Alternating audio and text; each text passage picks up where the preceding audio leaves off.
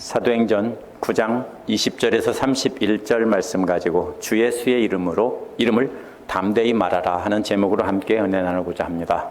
지금까지 사도행전은 계속해서 복음이 퍼지도록 성령께서 주도하셨다는 것입니다. 사도행전 처음부터 지금까지 계속 일관된 이야기는 성령께서 주도하셨다. 지난주 말씀도 성령께서 성난사자처럼 그리스도인들을 핍박하던 사울을 변화시킨 내용이었습니다. 그러나 성령께서는 사울이 빛 대신 주님을 깨닫고 스스로 반응하도록 하신 것이지 강제로 굴복시키고 변화시킨 것은 아니라고 했습니다. 성령님께서는 또 사울 받아들이기를 거부하던 아나니아에게도 나타나 사울을 받아들이라고 권유하셨습니다.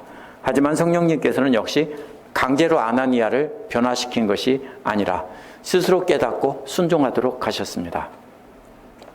문제는 우리가 사울에게만 있다고 생각하지만 문제는 아나니아에게도 있었습니다. 따라서 문제는 우리 모두에게 있다는 것입니다. 우리도 사울이나 아나니아처럼 우리 생각들을 내려놓고 성령님의 인도하심에 순종해야 된다고 했습니다. 이제 오늘 말씀도 계속해서 성령께서 주도하셔서 복음을 확산되도록 하는 내용입니다. 이제 교회를 핍박하던 사울이 담대히 주 예수의 이름을 증거하다가 핍박을 받는 내용이 이어집니다. 이러한 사울의 복음 전파는 사울을 보호하던 사람들과 사울과 사도들을 연결해 주던 바나바의 역할이 나옵니다. 교회는 이렇게 다양한 역할을 하는 사람들로 인해서 튼튼하게 세워지고 평화를 누리고 그 수가 점점 늘어간다는 내용입니다. 이를 통해서 우리는 어떻게 사울처럼 핍박 중에도 두려워하지 않고 담대히 주 예수의 이름을 말할 수 있을지 생각해 보도록 하겠습니다. 첫 번째로 20절에서 22절 말씀은 즉시 복음을 전한 사울이 나옵니다. 20절은 원어에서 그리고 곧이라는 말이 나옵니다. 지나치기 쉽지만 굉장히 중요한 말입니다. 19절에서 사울이 며칠 동안 제자들과 교제를 하고 나서 즉시라는 뜻입니다. 즉시 여러 회당에서 예수가 하나님의 아들이심을 선포한 것입니다. 이는 사울이 예수를 구주로 영접한 뒤 즉시 다마스쿠스에 있는 여러 회당에서 복음을 전파했다는 뜻입니다. 누가가 강조하는 것은 예수를 믿고 난 뒤에 어느 누구에게도 배우지 않고 즉시 나가서 전파했다는 것을 강조하고 있는 것입니다. 다마스쿠스 교인들과 교제를 물론 나누었다고 했지만 그들에게 배운 것이 아닙니다. 왜냐하면 갈라디아서 1장 12절에 보면 내가 사람에게 받은 것도 아니요 배운 것도 아니요 오직 예수 그리스도의 계시로 말미암은 것이라 라고 했기 때문입니다. 바울은 어느 누구에게도 배우지 않고 즉시 예수님을 만난 뒤에 사흘 동안 기도하고 성도들과 교제한 뒤에 즉시 나가서 바로 전도했다라는 것입니다. 사울은 먼저 예루살렘 교회를 핍박하던 사람입니다. 그 뒤에 사울은 예루살렘에서 도망간 사람들을 잡아오기 위해 대제사장의 편지를 받아왔던 것입니다. 바로 다마스쿠스 회당에 가서 그곳으로 도망한 그리스도인들을 잡아오려고 다마스쿠스에 간 겁니다. 그런데 놀랍게도 사울은 다마스쿠스 회당에서 예수가 하나님의 아들이라고 전한 것입니다. 자기들이 잡아오려고 사울이 잡아 죽이려고 했던 그 사람들과 똑같은 얘기를 사울이 회당마다 다니면서 하고 있었다는 것입니다. 그래서 21절은 그 말을 듣는 사람마다 다 놀랐다고 했습니다. 놀란 사람들이 말한 것은 이 사람이 예루살렘에서 그 이름을 부르던 사람을 마구 죽이던 그 사람이 아닌가라고 했습니다. 예루살렘이라는 말은요, 원어에서 예루살렘 안으로 들어와서 예루살렘으로 침투해 들어와서 이런 말입니다. 그가 예루살렘에 침투해 들어와서 뭘 했습니까? 예수를 믿는 사람들을 다 잡아 죽였습니다. 그런데 사람들이 다 도망가서 더 이상 잡아 죽일 사람이 없으니까 이 사람들이 제일 많이 도망간 다마스쿠스로 가서 잡아와야 되겠다. 그래가지고 대제사장의 편지를 받아서 그가 여기에 온 것도 라는 말도 바로 다마스쿠스에 들어와서 다마스쿠스 안으로 침투해 들어와서 이런 말입니다. 예루살렘 안으로 침투해 들어와서 일을 마친 사울은 이제 다마스쿠스 안으로 완전히 들어왔다는 것입니다. 그러면 어떨까요?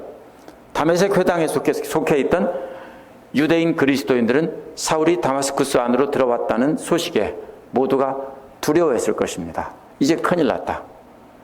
만약 그리스도인들을 미워하던 유대인들이 있었다면 박수를 치며 좋아했을 것입니다. 사울은 다마스쿠스에 있는 유대인 그리스도인들을 완전히 묶어서 대제사장에게 끌고 가려는 것이기 때문입니다. 그런데 그런 사람이 갑자기 변화되어 회당마다 다니면서 예수가 하나님의 아들입니다라고 선포하고 다니고 있다는 것입니다. 그리스도를 믿던 유대인들이나 그리스도인들을 미워하는 유대인들이나 모두 다 기절초풍할 노릇입니다. 이는 성령님께서 복음을 확산시키기 위해서 주도하셔서 행하신 놀라운 기적입니다. 22절에서 그러나 사울은 더더욱 능력을 얻어서라고 했습니다. 능력을 얻어서라는 문자적인 뜻은요, 사울의 힘이 점점 강해졌다는 뜻입니다.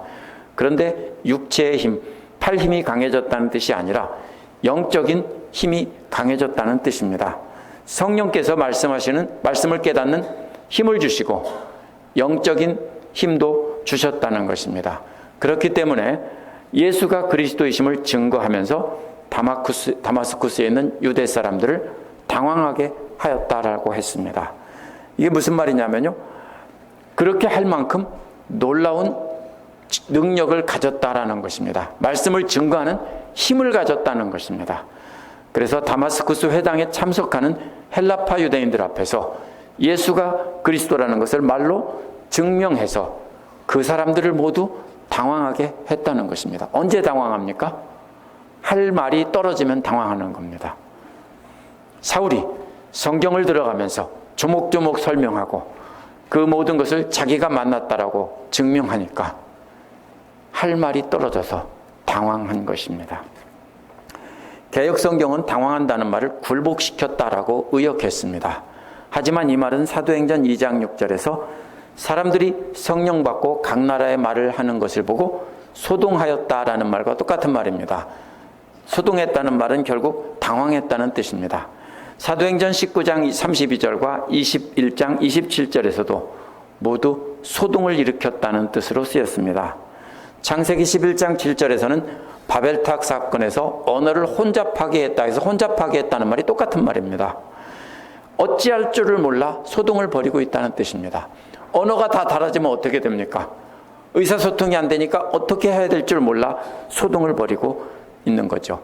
마찬가지로 사울 앞에서 사울이 조목조목 증거를 대면서 성령을 증거하면서 성경을 들이대면서 말을 하니까 강하게 증거하니까 할 말이 없어졌습니다. 사울이 예수가 그리스도라는 것을 분명하게 증거했고 모두가 분명히 그렇게 그것이 옳다라고 인정할 수밖에 없는 그 상황에 이르렀기 때문에 모두가 당황해서 어쩔 줄을 몰랐던 것입니다. 그러면 이것이 옳다라고 분명히 증거가 드러나면 순복합니까? 대부분 사람들은 아닙니다. 화를 내면서 뒤집어 엎으려고 하겠죠. 사울은 예수를 믿는 사람을 핍박하던 사람입니다. 그렇기 때문에 헬라파 유대인들이 모인 회당에서 예수를 전한다는 것이 얼마나 위험한 일인지를 알고 있습니다. 이미 자신을 포함한 헬라파 유대인들이 예루살렘에서 스데반을 죽였습니다.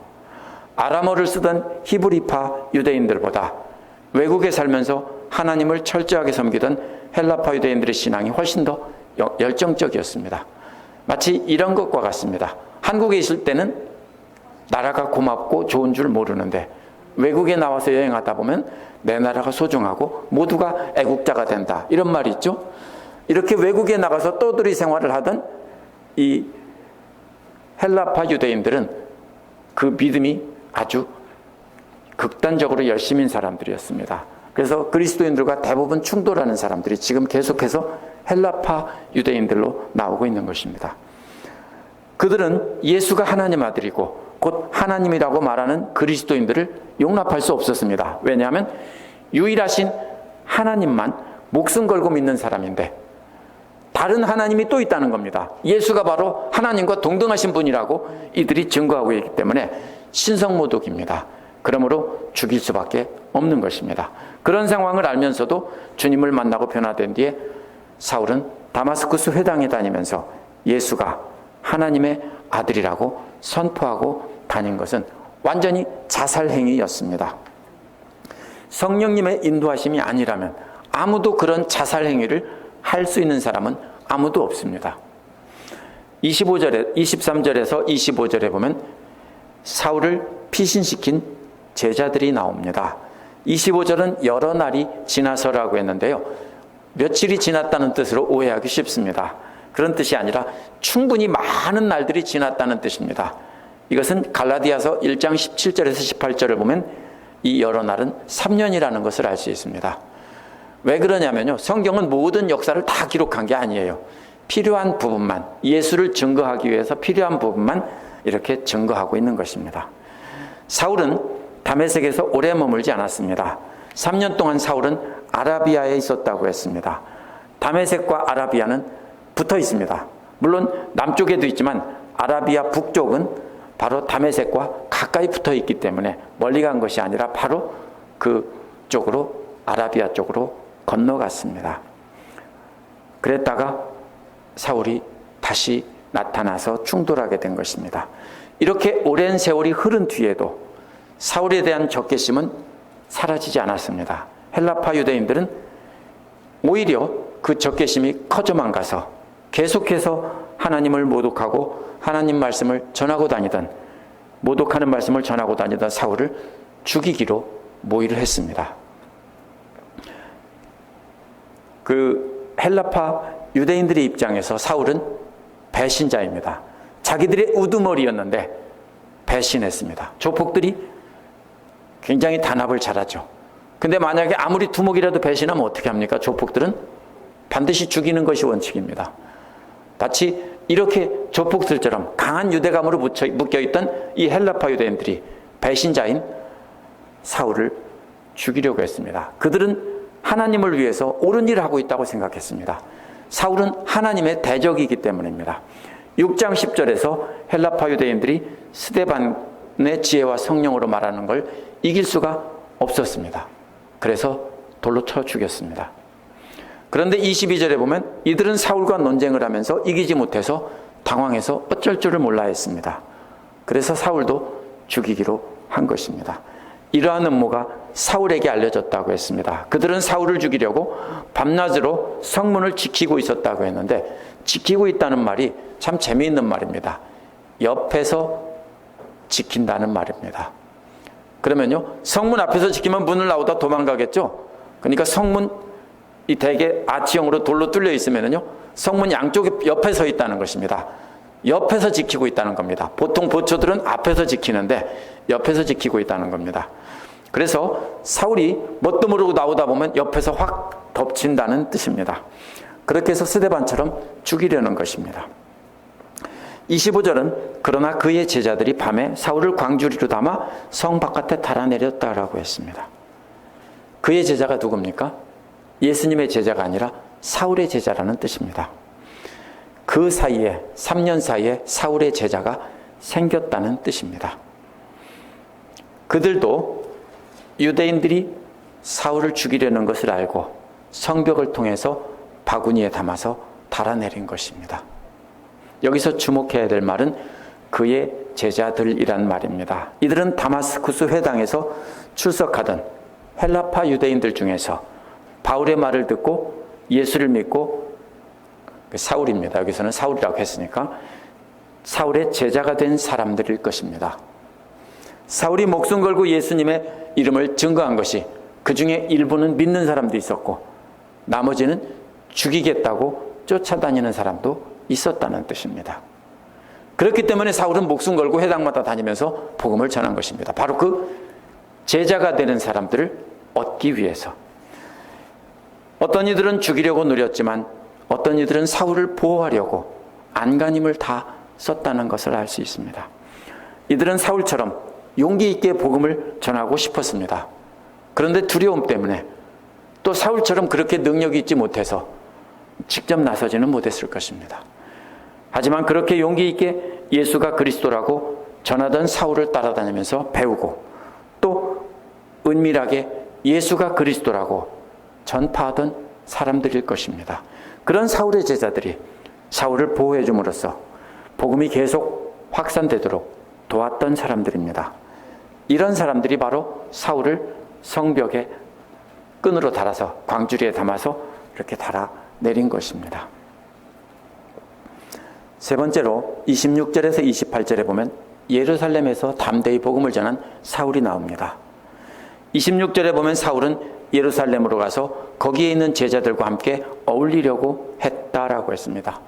어울린다는 말은 사도행전 5장 29절에서 상종하는 사람이 없으니 라는 말에서 나옵니다. 또 8장 29절에서는 성령께서 빌립더러 병거에 가까이 나오라 하시거늘 하는 말에서 가까이 나온다는 말에서 나온 말입니다. 이 말은 하나로 붙는다는 뜻입니다. 한 덩어리로 연합된다는 뜻입니다. 그냥 함께 모인다는 뜻이 아니라 마치 떡반죽을 하나로 뭉쳐서 한 덩어리가 되게 한다는 뜻입니다. 사울이 누구하고 한 덩어리가 되려고 했습니까? 지금 사도들과 한 덩어리가 되려고 했습니다. 왜요? 사울도 이제 사도라는 것입니다. 그래서 사도들과 함께 교류하면서 그들과 한 그룹이 되려고 했다는 것입니다. 그러나 그들은 사울이 제자라는 사실을 믿을 수가 없어서 모두 두려워했습니다. 누구하고 똑같습니까? 아나니아가 두려워했던 것과 똑같이 예수님의 12제자들도 사울을 두려워하면서 사울을 믿지 못하고 있었습니다. 27절은 그러나라는 말로 연결이 됩니다. 모두들 두려워서 사울에게 가까이 하지 않는데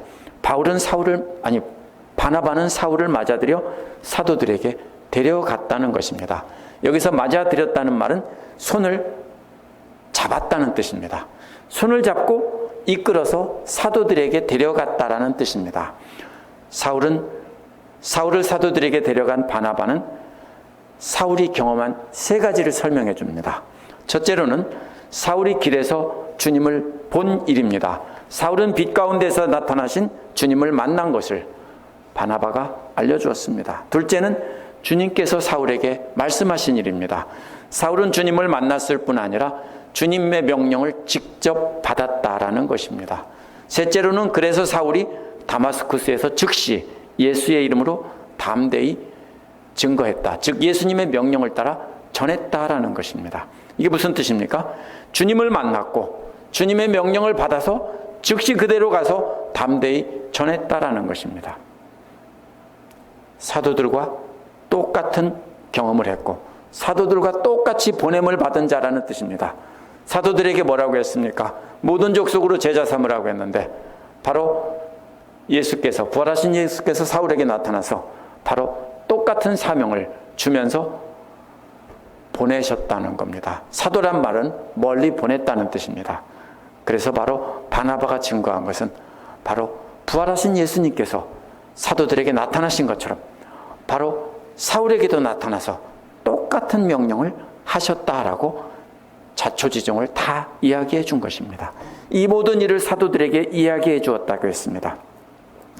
이야기해 준다는 말은요, 철저히 아주 자세하게라는 말과 인도한다는 말이 합쳐진 말입니다. 인도한다는 말은 그냥 이끈다는 말이 아니라 어떤 함대나 육군 부대를 인도하는 사람이 계속 어떻게 하겠습니까? 앞서가면서 명령하고 안내하고 이렇게 하면서 끌고 가겠죠? 그러한 것처럼 계속 말해주면서 데리고 가는 겁니다. 마찬가지로 아나니아도 사울에 대해서 계속 설명하면서 이번에는 누구를 잡아 끌고 있는 겁니까? 사도들을 잡아 끌고 있는 겁니다. 이것은 손을 잡는 건 아닙니다. 말로 잡아 끌고 있는 겁니다. 그래서 자세히 이야기해 주면서 사도들을 사울에게로 인도했다는 것입니다.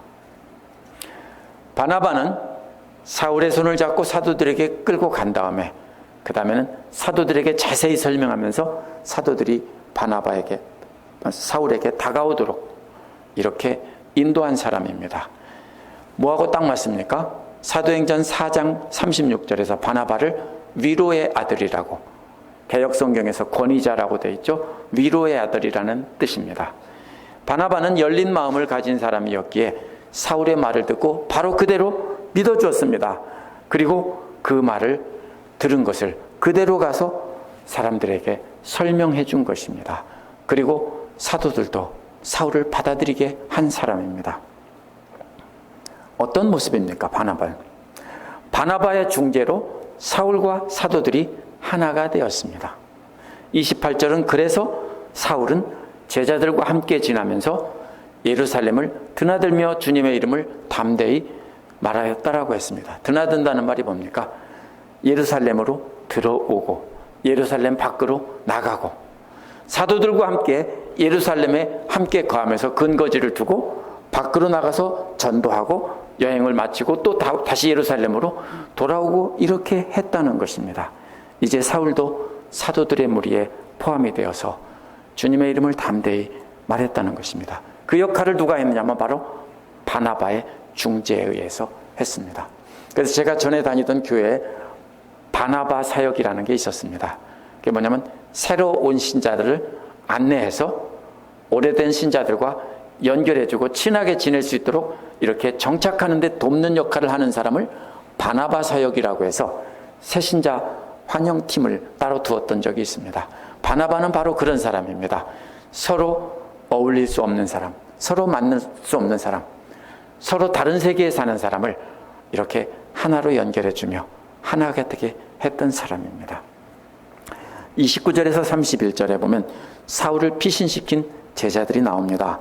29절에 보면 사울이 그렇게 담대히 말한 대상은 그리스 말을 하는 유대 사람들이라고 했습니다. 그들은 스데반과 토론을 하다가 이기지 못하자 스데반을 죽인 헬라파 유대인들입니다. 이번에는 사울이 예루살렘에서 헬라파 유대인들과 말하기도 하고 토론하기도 했다라고 했습니다. 22절에서는 사울이 예수가 그리스도라는 것을 증명하는 말을 듣고 당황했다고 했는데 그 사람들이 역시 같은 헬라파 유대인들입니다. 헬라파 유대인들은 성경 말씀으로 사울을 이기지 못하자 이들은 사울도 스데반처럼 죽이기로 마음먹은 것입니다. 사울도 스데반처럼 하나님을 모독한다며 분노하며 죽이기로 마음먹은 것입니다. 그런데 이번에는 사울이 앓은 것이 아니라 형제들이 알고 사울을 가이사랴로 데리고 갔습니다. 가이사랴는 지중해 해변에 있던 로마 총독부가 있던 도시고 항구 도시입니다. 오늘날도 그 유적이 남아 있습니다. 근데 거기 가보면은 여기는 이스라엘이라는 느낌이 하나도 없습니다. 여기는 그리스나 로마구나 하는 생각이 딱 듭니다. 그냥 어떤 도시입니까? 가이사랴는 카이사, 시저라는 말입니다. 로마 황제를 일컫는 말이고 그래서 로마 황제의 도시라는 뜻으로 카이사랴라고 한 것입니다.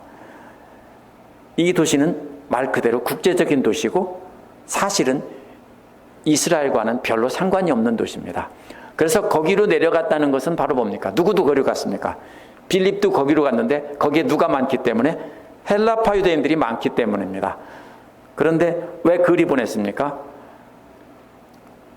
거기에는 로마 군대가 있고 총독이 있기 때문에 로마 시민인 사울이 안전할 수 있는 곳이라고 법은 멀고 주먹은 가깝다고 하죠. 근데 가이사랴로 보내면은 일단 법이 더 가깝기 때문에 그리 보냈을 것입니다. 그런데 거기서도 안전하지 않았습니다. 그래서 다시 배편으로 사울의 고향인 다소로 보냈습니다. 고향이 안전하다고 생각해서 보냈을 수도 있습니다. 하지만 그곳에 안전한 믿음의 공동체가, 크리스찬 공동체가 있었을 것이라고 설명하기도 합니다. 정확히 알 수는 없습니다. 이번에는 누가 피신시켰습니까? 예루살렘에 있는 믿음의 형제들입니다. 이 사람들은 사울에게서 믿은 사람이 아니라 예수 그리스도를 믿고 본래 복음을 전하던 예루살렘의 사도들과 처음 믿는 성도들입니다. 사도행전 2장에 나오던 성도들입니다. 그들이 피신시켰습니다. 존 스타트는 사울이 다소에서 신분을 숨기고 7, 8년 동안 숨어 있었다라고 합니다. 왜냐하면 그 기간 동안 공백이 있기 때문에. 그러나 그곳에서 사울이 가만히 숨어 있었는지 아니면 복음을 전하고 있었는지 우리는 알 수 없습니다. 어쨌든 사울은 죽음의 위기에서 2번이나 제자들이 피신시켜주고 또한 예루살렘 성도들이 피신시켜주어서 살아나게 됐습니다. 31절은 이러한 사울을 보호해주던 믿음의 형제들이 연합해서 함께 복음을 전한 결과를 요약한 것입니다. 이러한 복음 전파의 결과로 교회는 유대와 갈릴리아와 사마리아 온 지역에 걸쳐서 평화를 누렸다는 것입니다. 평화가 뭡니까? 유대인들이 말하는 샬롬은 외부의 간섭이나 외부의 핍박이 없는 자유로운 신앙생활을 했다는 것입니다. 이제는 교회를 직접적으로 대놓고 핍박하는 사람들이 없어졌다는 뜻입니다. 핍박이 없어졌을까요? 없어지지 않았습니다. 쪽수 싸움에서 이제는 진 것입니다. 믿는 사람들이 너무 많아지다 보니까 헬라파 유대인들은 어차피 이방인 지역 객지에서 사는데 그렇게 마음 놓고 유대 지역처럼 실력 행사를 할 수가 없습니다. 그래서 이 믿는 사람들이 많아지다 보니까 이제는 그렇게 된 것입니다. 그래서 교회를 직접적으로 핍박은 하지 않고 평화가 이루어졌는데 이 평화는 교회가 튼튼히 세워짐으로 유지될 수 있었다라고 했습니다. 여기서 튼튼히 세워진다는 말은요, 건축물을 세운다는 뜻입니다. 집을 짓는다는 뜻입니다. 교회가 벽돌을 쌓듯이 돌을 쌓듯이 큰 건물로 이렇게 세워지고 있었다라는 것입니다. 교회가 양적으로도 성장하고 영적으로도 성숙해졌다라는 뜻입니다. 그래서 숫자도 많아지고 모두가 믿음이 좋은 사람들이 많아졌기 때문에 이제는 더 이상 함부로 나서서 핍박하는 사람들이 없어졌다라는 뜻입니다.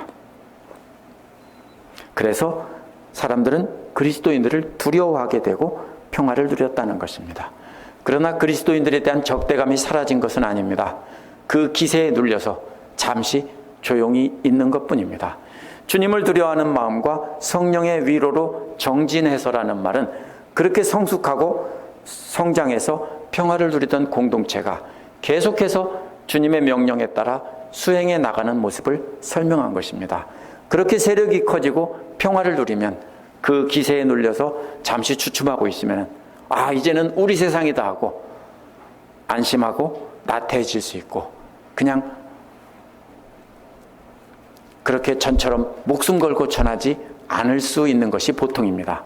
그런데 초대교회는 이러한 평화 속에서도 계속해서 두려워하면서 경배했기 때문에 사람들을 두려워하지 않고 계속 복음을 전했다는 것입니다. 그러나 교회 역사를 보면요, 이렇게 평화의 시기가 되면 복음은 확산되지 않고 힘을 잃습니다. 핍박 중에는 교회가 왕성하게 확산되는데요. 그런데 이 초대교회는 평화의 시기가 됐는데도 복음은 계속해서 확산됐는데 그 이유가 뭐냐? 믿는 자들이 하나님을 두려워하면서 계속 경배하면서 계속해서 그 성령님의 위로하심을 따라서 성령님께서 위로해 주시는 그 말씀을 따라서 나갔다는 것입니다. 이들은 또한 계속해서 적대감을 가지고 노리는 사람들을 두려워하고 낙심할 수도 있었지만 성령님께서 계속 새 힘을 주셔서 낙심하지 않을 수 있었다는 것입니다. 그래서 믿는 자들은 계속해서 복음을 담대히 전했고 교회는 그 숫자가 점점 늘어가고 있었다는 것입니다. 누구 때문입니까? 바로 스데반 혼자 때문이 아니라 빌립 때문이기도 하고 스데반의 순교와 빌립의 전도와 이제 사울의 전도와 사울과 함께 팀을 이루어서 사울을 보호해 주던 사람과 바나바와 이 모든 사람들의 합력으로 인해서 교회가 이렇게 아름답게 성장했다.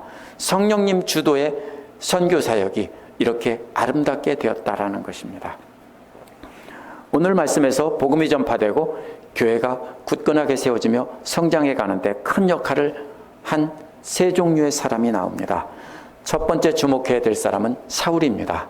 사울은 목숨을 아끼지 않고 다메섹의 회당들에서 예수가 하나님의 아들이라고 증거하다가 죽을 위기를 만났습니다. 또 예루살렘에 가서 주의 이름을 증거하다가 죽을 위기를 만났습니다. 오늘날 교회도 사울처럼 욕을 먹더라도 하나님 말씀을 있는 대로 전하면 예수 그리스도를 그렇게 전하면서 제자를 삼는 사람이 있어야 하는 것입니다. 그러면 위험도 만나는 것입니다. 둘째 주목해야 될 사람은 다메섹에서 사울을 피신시킨 사울의 제자들과 예루살렘에서 사울을 피신시킨 믿음의 형제들입니다. 이들은 사울처럼 목숨 걸고 직접 나서서 복음을 전한 사람들은 아니지만 은밀하게 주변 사람들에게 복음을 전파하면서 사울처럼 목숨 걸고 복음 전하는 사람들을 보호하는 역할을 했던 사람들입니다. 이들의 보호로 인해서 사울처럼 복음을 전하는 사람들은 계속 후에도 안심하고 복음을 전할 수 있었습니다. 그래서 교회가 굳건하게 세워진 것입니다. 이들의 보호막이 없었다면, 그렇게 목숨 걸고 전하는 사람들은 살아남을 수 없습니다. 오늘날 모두가 사울처럼 나섰다면 가는 곳마다 뭐가 되겠습니까? 다툼과 분쟁만 있다가 서로 싸우다가 이기는 편이 남았을 것입니다. 그런데 오늘날 교회도 이렇게 온건한 태도로 복음을 전하며 적극적으로 복음 전하는 사람들을 보호해주는 역할을 하기도 해야 되는 것입니다. 너는 왜 열심히 안 해? 이렇게 비난하면 안 됩니다. 서로 사람들은 각자 자기가 맡은 은사 안에서 그렇게 서로 협력하여 복음 전하는 것입니다. 세 번째로 주목해야 될 사람은 바나바입니다.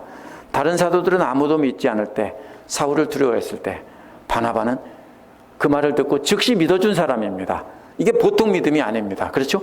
다들 믿지 않고 두려워하는데 바나바는 사울의 말을 믿고 그대로 들어주고 그 손을 잡아 이끌어서 사도들에게 인도했던 사람입니다. 오늘날도 새롭게 믿게 된 사람들과 오랫동안 믿은 사람들 사이에 갈등이 있을 수 있습니다. 새롭게 믿어서 열심히 불 붙어서 하면은 아직 뭘 몰라서 그래 하고서 경계할 수 있습니다. 그렇죠? 그리고 오래 믿은 사람들은 오래 믿은 사람들대로 또 따로 살 수 있습니다. 그러나 그렇게 하는 사이에 중간에서 연결해주는, 그래서 하나가 되게 하는 바나바 사역을 할 수 있는 사람이 있어야 됩니다. 서로 간의 벽을 허물고 하나가 되게 하는 인도자가 있어야 됩니다. 또 사회적인 어떤 신분이나 아니면 재산, 소득 수준이나 학력 수준이나 이런 걸로 서로 따로따로 끼리끼리 노는 경우가 많이 있습니다. 그런 경우에도 누가 연결할 수 있습니까? 양쪽 모두의 손을 잡을 수 있는 사람이 양쪽을 연결해 줄 수 있는 사역을 해야 되는 것입니다. 바로 오늘날 교회도 마찬가지입니다. 하나님 말씀이 가감없이 있는 그대로 전하는 것이 교회의 사명입니다. 그렇게 복음을 담대히 전하는 사람은 많은 사람들의 공격을 받을 수 있고 또 변화돼서 새롭게 믿는 사람이 생겨서 제자가 생길 수 있습니다. 왜냐하면 하나님의 말씀은 위로와 평화를 주는 말씀만 있는 것이 아니기 때문입니다. 때로는 하나님 말씀은 사람들의 가슴을 찔러 회개하게 하고 또 때로는 마음을 불편하게 하는 말씀들도 많이 있기 때문입니다.